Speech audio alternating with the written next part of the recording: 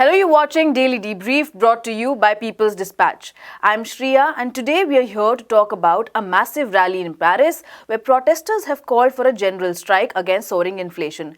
An Iranian-built oil refinery coming up in Venezuela followed by the continuing controversy around the role of Unification Church in Japan's politics.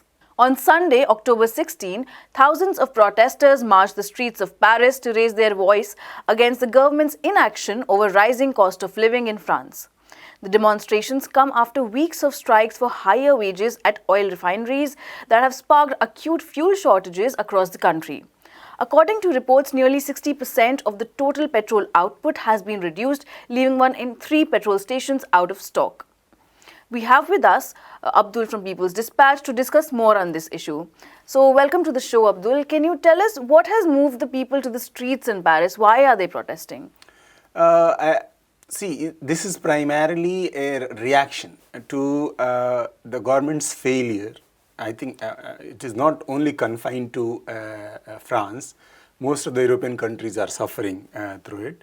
So the governments have failed to respond to the problems which people are facing, particularly the working class population in these countries are facing, which is related to the rising prices of all basic essential commodities, including the energy. The prices have gone many times up in last few months. The official inflation rate in France itself is over 6%. Which basically, given the fact that the wages are not increasing, there is a problem faced by the working class to meet their basic needs. And there is a growing apprehension that if this continues, given the fact that there is a lack of energy resources and so on and so forth, there will be a huge problem in the coming winter. So in anticipation of the coming problems and because of the rise in the basic prices of the basic commodities, which basically the working class is agitated and they are mobilizing.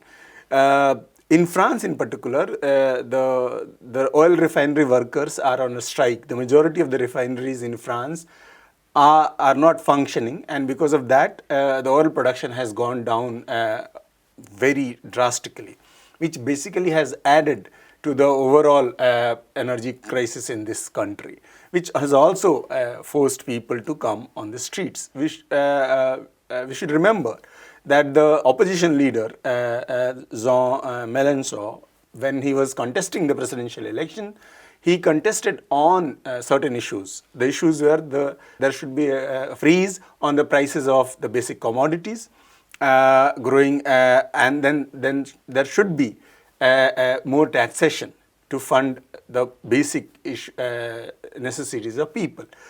The Macron government has failed to do any of these things, and basically this protest was organized by the left in France to basically in demand of these, in support of these demands. So you add the ongoing energy and price inflation, energy crisis and inflation, and the long-term demands raised by the left in France together, and that is the basic reason that yesterday's protest. You know, Abdul, like we talked about that in France, these are the problems and this is within the country. But there are larger issues underlining the cost of living crisis across Europe. Can you tell us something about that as well? Well, in last few months, in particular, we have seen demonstrations all across Europe. There was a demonstration in Belgium a few days back. There were demonstrations in Italy, which basically led to the change in government. There were demonstrations in other East European countries as well. And there are possibilities of similar popular unrest in the heart of Europe, in Germany and in other parts, primarily because of the reason behind what we call the cost of living should be seen in two ways. Of course, there is a long-term impact, the neoliberal economic policies followed by the successive governments, despite the fact they promised of social democracy and so on and so forth, the wages of the common people, the workers, did not increase much for a very long time. Then there are additional reasons. During the COVID crisis, the economy in general went into some kind of crisis, and which when it was started, there was some kind of hope that it will revive. The war in Ukraine started, and European governments, instead of prioritizing the interest of their people, and looking on their dependence on Russia for their energy and other requirements, they basically followed the US dictates and joined the bandwagon of sanctions against Russia, which basically led to the intensification of the crisis. So we can say that there is a long-term impact of the neoliberal economic policies, along with the sanction regime which Europeans are following, despite the fact that they very well know that this kind of sanctioning will ultimately hurt the common people. I think the problem lies there. That is the basic reason that all across the Europe, particularly the working class population, and I think all classes are affected, of course, but mostly the working class population is feeling acute crisis. The rise of the prices of essential commodities, the food, the energy, then the overall purchasing power has gone drastically down, and that basically has forced them to take to the streets. And I think if the current policy of subjugation to American diktats continues, we will see more protests in future. We'll hold on to that thought talking about sanctions as we move on to our next story, Abdul. Iranian Oil Minister Javad Oji has announced the launch of the first overseas Iranian-built refinery in Venezuela called El Pelito. The two countries have closely cooperated across the energy and oil sectors since 2020 to offset the impact of illegal sanctions imposed by the United States. We are back with Abdul to know more on this story. Abdul, this move holds significance both for Iran and Venezuela. Can you tell us something about this? The refinery built by Iran, or you can say refurbished by Iran in Venezuela, is very essential for both the countries. You rightly pointed out. If we see from the Venezuela side, because of the sanctions, primarily because of the sanctions which has been imposed by US, those sanctions of course are illegal, which has led to a drastic reduction in the oil production, usable oil production in Venezuela, primarily because though the Venezuela has been one of the largest producers of oil and has world's largest proven reserve in the world, it was basically for a very long time dependent on the American technology for its refineries and all. Because of the sanctions, most of those refineries did not get upgraded technology, and in time most of them collapsed, could not do their work. And basically that led to an oil crisis in a country which has the largest reserves in the world. So since Iranian technology is there, Iran already had signed a deal with Venezuela of exchanging the crude and delivering the refined products. But of course, that takes a longer time. So building the refineries in Venezuela would basically increase the capacity of Venezuelan state and their oil producing companies to basically produce oil at home and to take care of the domestic demands, as well as create a surplus for the export. That's very interesting, Abdul. And to talk more about this, what will be the likely impact of this development within Venezuela itself, because the country has been suffering from a sanction regime for a long time now? Exactly. That's what I was trying to hint, that because of the refineries, and Iran has, as per the statement issued by the minister, is hoping to build more such refineries, not only in Venezuela, in other parts of the world as well. But when we are talking about Venezuela, the building of the refinery basically leads to, because one should remember that Venezuelan oil is very heavy oil, and it is not very attractive when it comes to when it is compared to other production in other countries. So if it is refined, Venezuela can easily export it the attraction of the oil in international market increases. So building more refineries basically will lead to less dependent on American technology. Venezuela will be able to hopefully surpass the effects of sanctions in that country. It will also help Iran in many ways. Iran is also facing the similar problems as Venezuela. It has been sanctioned since 2018, and the American unilateral sanctions has basically led to the drastic reduction in oil production and oil trade from Iran. Because most of the European and other countries are not willing to buy oil from Iran, despite their crisis, which we were talking about, primarily because they don't want to antagonize the US. So if Iranians are able to create a cooperation with the Venezuela and other such countries which are basically facing American sanctions and so on and so forth, then they will be able to create a kind of a pool of countries which need oil, and in that way they will be able to bypass the overall sanction regime. So this will help the revival of the Iranian economy as well. All right, thank you so much, Abdul, for that update. We move on to Japan, where the Unification Church, a controversial cult that promotes an international federation for victory over communism, is back in the eye of the storm since the assassination of former Premier Shinzo Abe in July, which revealed that close ties between it and ruling party lawmakers. Although the ruling party has denied any organizational links with the controversial religious sect, the current Prime Minister Fumio Kishida has ordered an investigation into the Unification Church as the Liberal Democratic Party battles amidst allegations to keep its public image intact. We have with us Anish from People's Dispatch to discuss more on this story. Hi Anish, welcome to the episode. So, can you tell us what is the Unification Church and what is the controversy really about? Well, the Unification Church kind of began as a sect in the 50s and 60s. It began in South Korea. It moved on and became quite popular in Japan as well. And it has a very set of political plans, as you've talked about.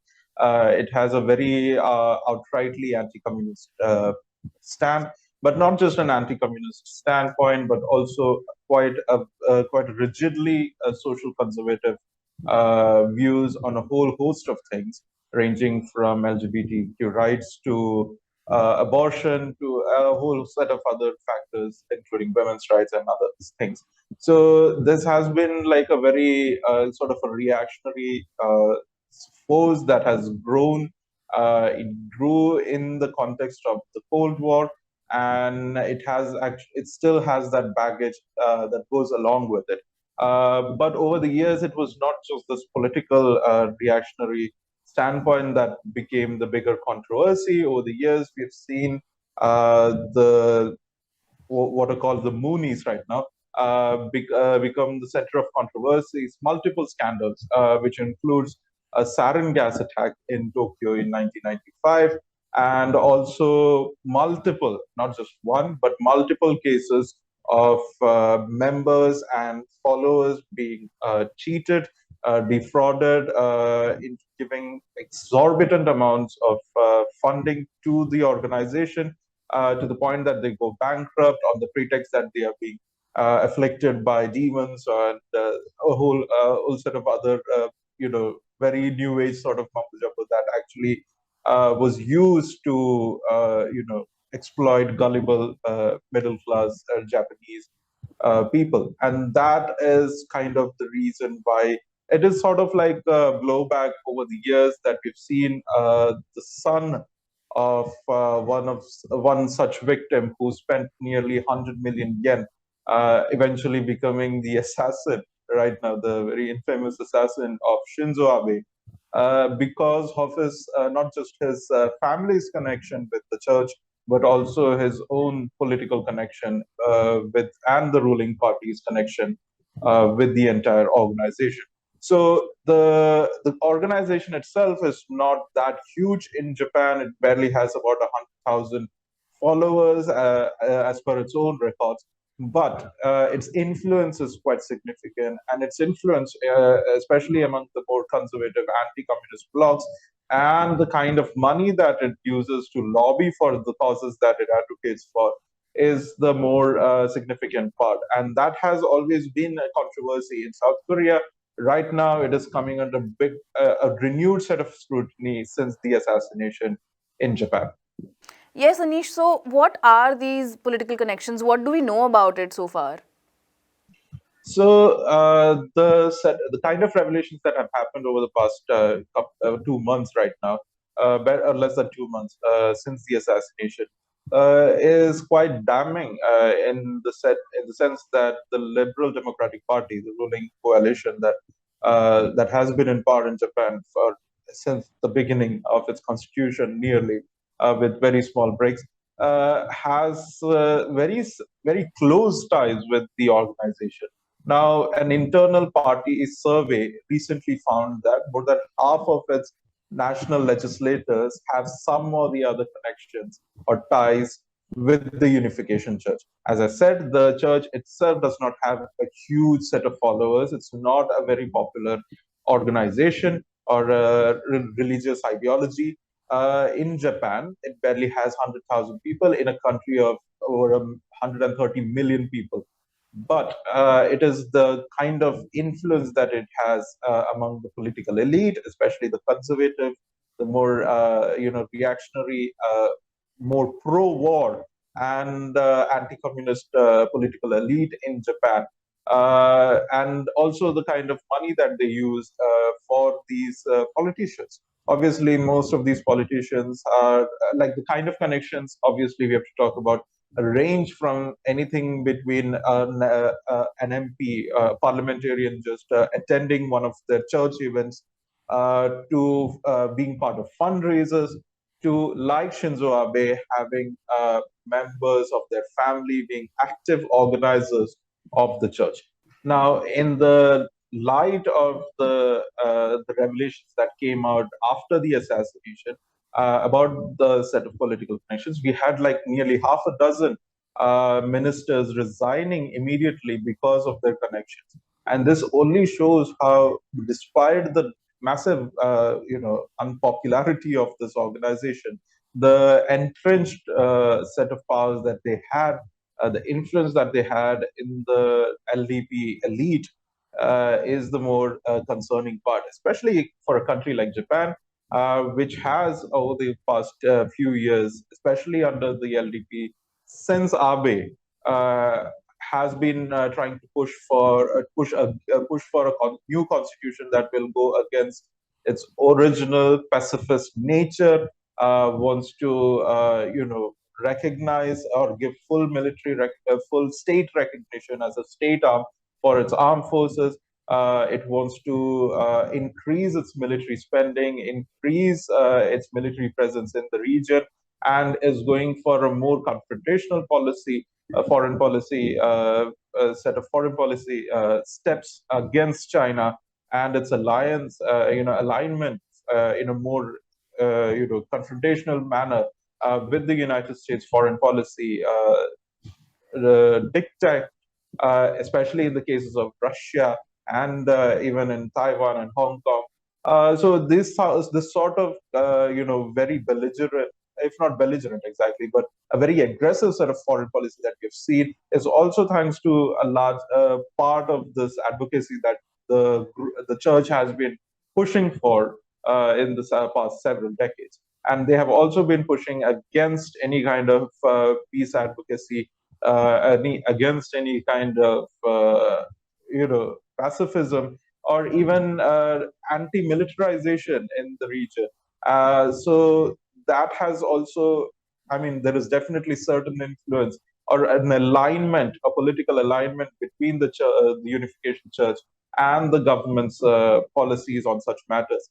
And that itself shows how significant this linkage is. And obviously, a probe, we have to see how extensive this probe is going to be. We have to see how they're going to conduct it, and what is the scope of this probe to begin with, and whether or not politicians legislators or leaders within the party will be implicated or punished for their association. But definitely a probe is something that came out of public anger over the matter. Thank you so much, Anish. We'll keep following the developments in Japan along with you. Thank you so much. And that's all for today, folks. For more such stories and updates from around the world, keep following our website, peoplesdispatch.org, and also follow us on Instagram, Facebook, and Twitter.